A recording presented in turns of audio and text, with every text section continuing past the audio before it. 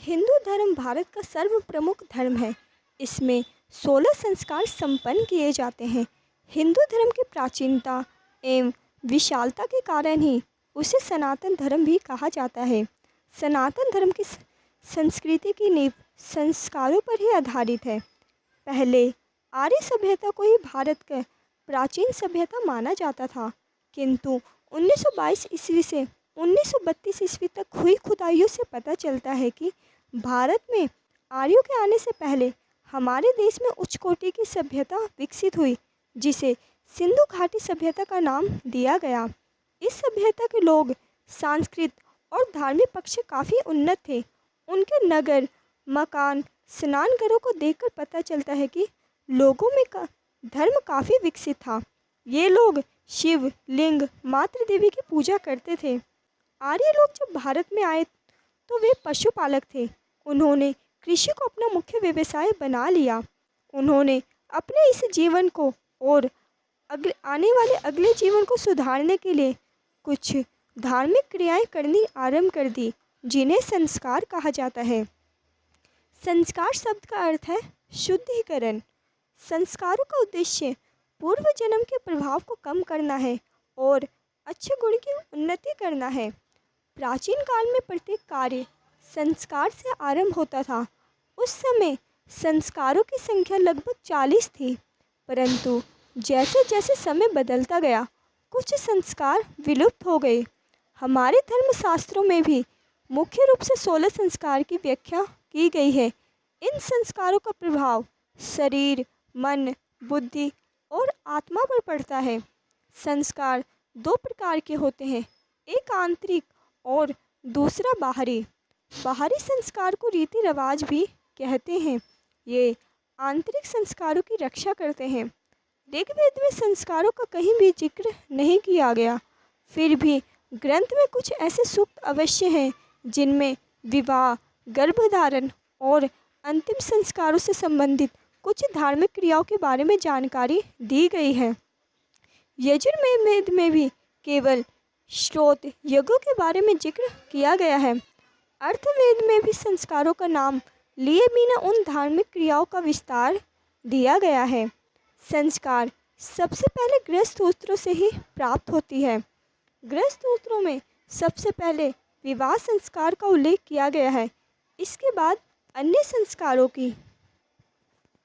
कुमारिल भट्ट ने 8वीं शताब्दी में अपनी रचना तंत्रवार्ती में लिखा है कि मनुष्य 2 ढंगों के योग्य बनता है। पहला ढंग तो यह है कि मनुष्य अपने पूर्व जन्म के बारे में बुरे कर्मों का प्रायश्चित करे, और दूसरा ढंग यह है कि वह इस जन्म में अच्छे गुणों की वृद्धि करे। गौतम स्मृति में 40 प्रकार के संस्कार बताए गए हैं।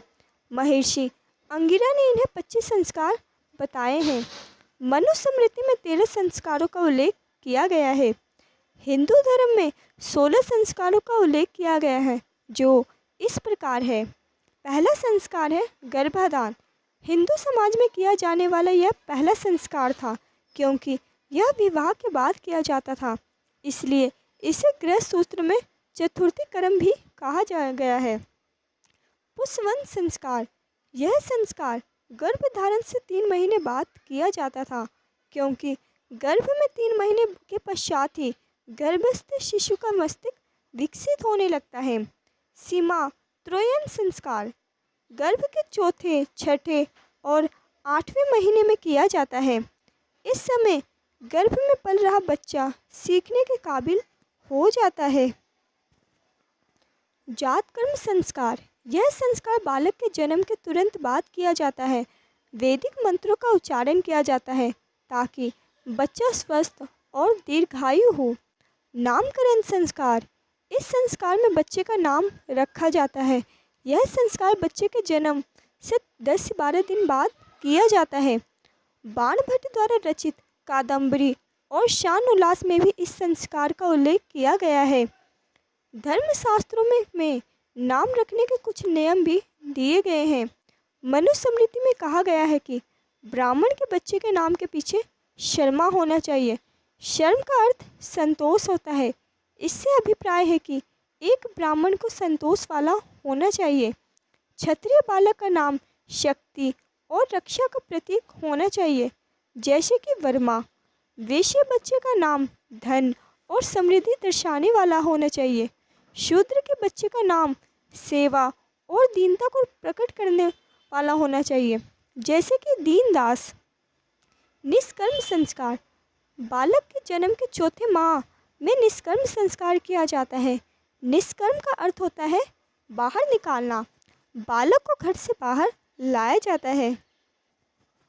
अन्नप्राशन संस्कार। यह संस्कार बालक के जन्म के 6 महीने बाद किया जाता है। इस संस्कार में बच्चे को अन्न खिलाने की शुरुआत की जाती है। चूड़ाकर्म या मुंडन संस्कार। जब शिशु 1 वर्ष या 3 वर्ष की आयु में है तो बच्चे का मुंडन किया जाता है। कर्णवेधन या कान छेदन की रस्म।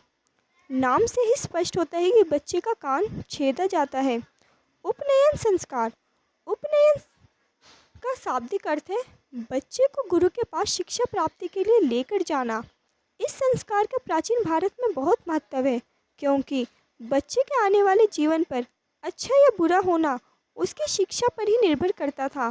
उपनयन संस्कार के बाद बालक द्विज कहलाता था, क्योंकि उस संस्कार के बाद बालक का दूसरा जन्म समझा जाता था। इसके बाद बच्चा भिक्षा मांगता था ताकि उसमें अहंकार की भावना ना रहे। समावर्तन संस्कार। जब ब्रह्मचारी गुरु के आश्रम में अपनी शिक्षा प्राप्त कर लेता था तो उसे समावर्तन संस्कार किया जाता था। विवाह संस्कार। विवाह संस्कार सर्वाधिक महत्वपूर्ण संस्कार माना जाता है। इस संस्कार के बाद ही मनुष्य गृहस्थ आश्रम में प्रवेश करता था।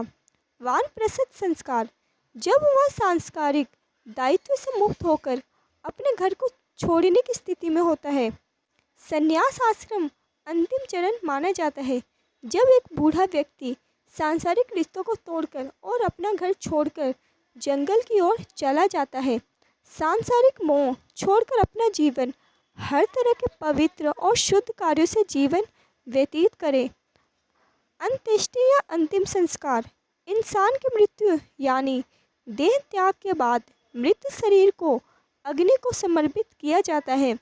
इस प्रकार हिंदू धर्म में 16 संस्कार किए जाते हैं।